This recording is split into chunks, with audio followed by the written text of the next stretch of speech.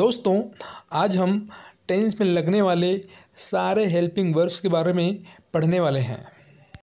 एक नज़र देख लेते हैं ये हेल्पिंग वर्ब्स होते क्या हैं। जैसे आप स्क्रीन पर देख सकते हैं, यहाँ पे टेंसेस के बहुत सारे हेल्पिंग वर्ब्स मौजूद हैं।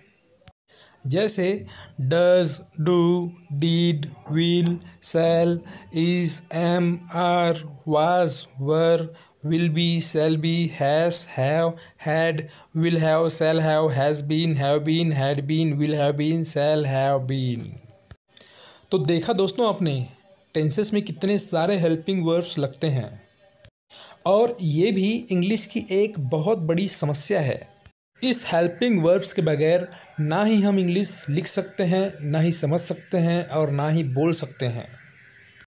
लोगों को इन्हीं सब कारणों की वजह से इंग्लिश बहुत ही कठिन लगने लग जाती है। इन्हीं सब कारणों की वजह से स्कूली बच्चों का या तो इंग्लिश में कम नंबर आते हैं या फिर वो फेल हो जाते हैं, और इंग्लिश में बात करने से भी डरते हैं या झिझकते हैं, क्योंकि उन्हें नहीं पता होता है कि इसका यूज़ कहाँ पर और कैसे किया जाना चाहिए। जब तक आप इसको सीख नहीं जाते तब तक आपको इंग्लिश में परेशानियों का सामना करना ही पड़ेगा। तो क्यों ना इस समस्या की जड़ को आज उखाड़ कर फेंक दिया जाए। दोस्तों, आप अपने स्क्रीन पर देख सकते हैं हेल्पिंग वर्ब्स का चार्ट। इस चार्ट को अगर आप गौर से देखेंगे तो आपको एग्जैक्ट लोकेशन समझ में आ जाएगा कि कौन सा हेल्पिंग वर्ब कौन से टेंस में लगता है। अब इस हेल्पिंग वर्ब्स को हम बारी बारी से टेंस के अकॉर्डिंग समझने की कोशिश करते हैं। देखिए दोस्तों, पहली लाइंस जो है वो टेंसेस की है, जिसमें प्रेजेंट टेंस, पास्ट टेंस और फ्यूचर टेंस लिखी हुई है। राइट साइड में simple tense, continuous tense, perfect tense और परफेक्ट कंटिन्यूअस टेंस लिखा हुआ है, जो टेंसेस के टाइप्स हैं। अब देखते हैं कि प्रेजेंट सिंपल में कौन कौन से हेल्पिंग वर्ब्स हैं। इसमें दो हेल्पिंग वर्ब्स हैं, वो है डज और डू।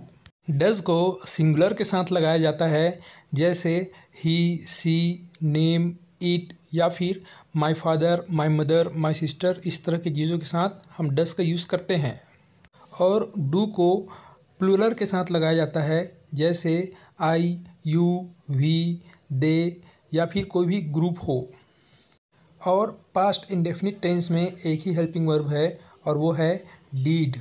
और डीड चूँकि यहाँ पे अकेले है तो इसको हम सभी के साथ लगा सकते हैं, जैसे he, she, name, it, I, you, we, they या फिर कोई भी ग्रुप के साथ।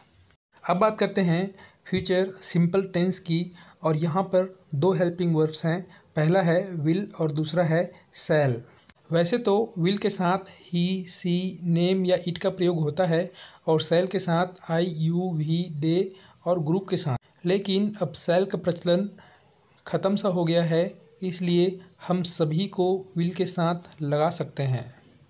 अब बात करते हैं प्रेजेंट कंटिन्यूअस टेंस की, और इसमें हैं तीन हेल्पिंग वर्ब। पहला है इज़, दूसरा है एम और तीसरा है आर। तो दोस्तों, इज़ के साथ हम ही, सी या फिर नेम का प्रयोग करते हैं, और एम के साथ हमेशा आई का प्रयोग किया जाता है। आर के साथ यू, वी, दे या फिर ग्रुप्स का प्रयोग किया जाता है। अब चलते हैं पास्ट कंटिन्यूअस की ओर, और इसमें हैं दो हेल्पिंग वर्ब, वास और वर।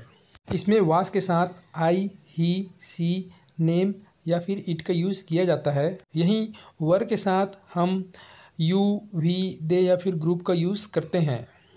नेक्स्ट है हमारा फ्यूचर कंटिन्यूअस टेंस, और इसमें है दो हेल्पिंग वर्ब। पहला है विल बी और दूसरा है शैल बी। चूँकि शैल बी का प्रचलन ख़त्म हो गया है, तो हम सभी के साथ में विल बी का यूज़ कर सकते हैं। अगला है हमारा प्रेजेंट परफेक्ट टेंस, और इसमें है दो हेल्पिंग वर्ब। पहला है हैज़ और दूसरा हैव। हैज़ के साथ हम ही, सी, नेम या इट का प्रयोग करते हैं, और हैव के साथ आई, यू, वी, दे या फिर ग्रुप का। अगला है पास्ट परफेक्ट टेंस, और इसमें एक ही हेल्पिंग वर्ब है, और वो है हैड, और हम हैड को सभी के साथ यूज़ कर सकते हैं। इसके बाद चलते हैं फ्यूचर परफेक्ट की ओर, और इसमें दो हेल्पिंग वर्ब है, विल हैव और शैल हैव, जिसमें शैल हैव का प्रचलन नहीं है तो हम सभी के साथ विल हैव का यूज़ कर सकते हैं। अगला है हमारा प्रेजेंट परफेक्ट कंटिन्यूअस टेंस और इसमें है दो हेल्पिंग वर्ब हैज़ बीन और हैव बीन। हैज़ बीन के साथ ही सी नेम इट का यूज़ होता है और हैव बीन के साथ आई यू वी दे और ग्रुप का। इसी तरह पास्ट परफेक्ट कंटिन्यूअस टेंस में एक हेल्पिंग वर्ब है, वो है हैड बीन और हैड बीन के साथ हम सभी का यूज़ कर सकते हैं। अब आखिरी का बचा हमारा फ्यूचर परफेक्ट कंटिन्यूअस टेंस और इसमें है दो हेल्पिंग वर्ब, पहला है विल हैव बीन और दूसरा है शैल हैव बीन। चूँकि शैल हैव बीन का प्रचलन ख़त्म हो गया है तो हम सभी के साथ विल हैव बीन का यूज़ कर सकते हैं। दोस्तों, अगर आप इस चार्ट को गौर से देखेंगे तब भी याद कर सकते हैं। देख सकते हैं फ्यूचर सिंपल में विल और शैल है और फ्यूचर कंटिन्यूस में जाने के बाद वो विल बी और शैल बी हो जाता है। विल और शैल के साथ सिर्फ बी जुड़ जाता है। इसी तरह फ्यूचर परफेक्ट में जाने के बाद विल के साथ हैव जुड़ जाता है और ये बन जाता है विल हैव और शैल हैव।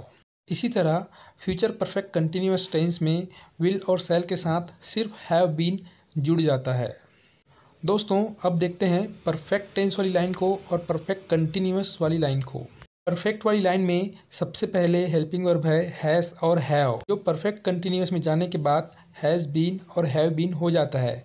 हैज़ और हैव में सिर्फ बीन जुड़ जाता है। उसी तरह से परफेक्ट टेंस वाली लाइन में दूसरा हेल्पिंग वर्ब है हैड, जो कि परफेक्ट कंटिन्यूअस में जाने के बाद हैड बीन हो जाता है। इसमें सिर्फ हैड के साथ बीन जुड़ जाता है। इसी तरह से इस लाइन के आखिरी में विल हैव और शैल हैव है, जो परफेक्ट कंटिन्यूअस में जाने के बाद विल हैव बीन और शैल हैव बीन हो जाता है। अब मेरे ख्याल से जो थोड़ा बहुत बचा है उसे आप आसानी से याद कर सकते हैं। तो दोस्तों, आप इसे बार बार बोल बोल कर या फिर लिख लिख कर याद करने की कोशिश कीजिए ताकि ये परमानेंटली आपके मेमोरी में सेट हो जाए। आई होप ये वीडियो आपको अच्छे से समझ में आई होगी।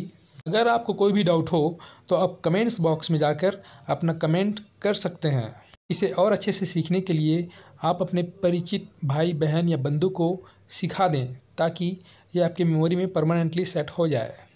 दोस्तों, अगर ये वीडियो आपको अच्छी लगी है और कुछ सीखने को मिला है तो आप इस वीडियो को लाइक, शेयर और सब्सक्राइब कर सकते हैं और साथ ही साथ बेल आइकन को भी प्रेस कर दीजिए ताकि आने वाली वीडियो का नोटिफिकेशन आपको टाइम पे मिलती रहे।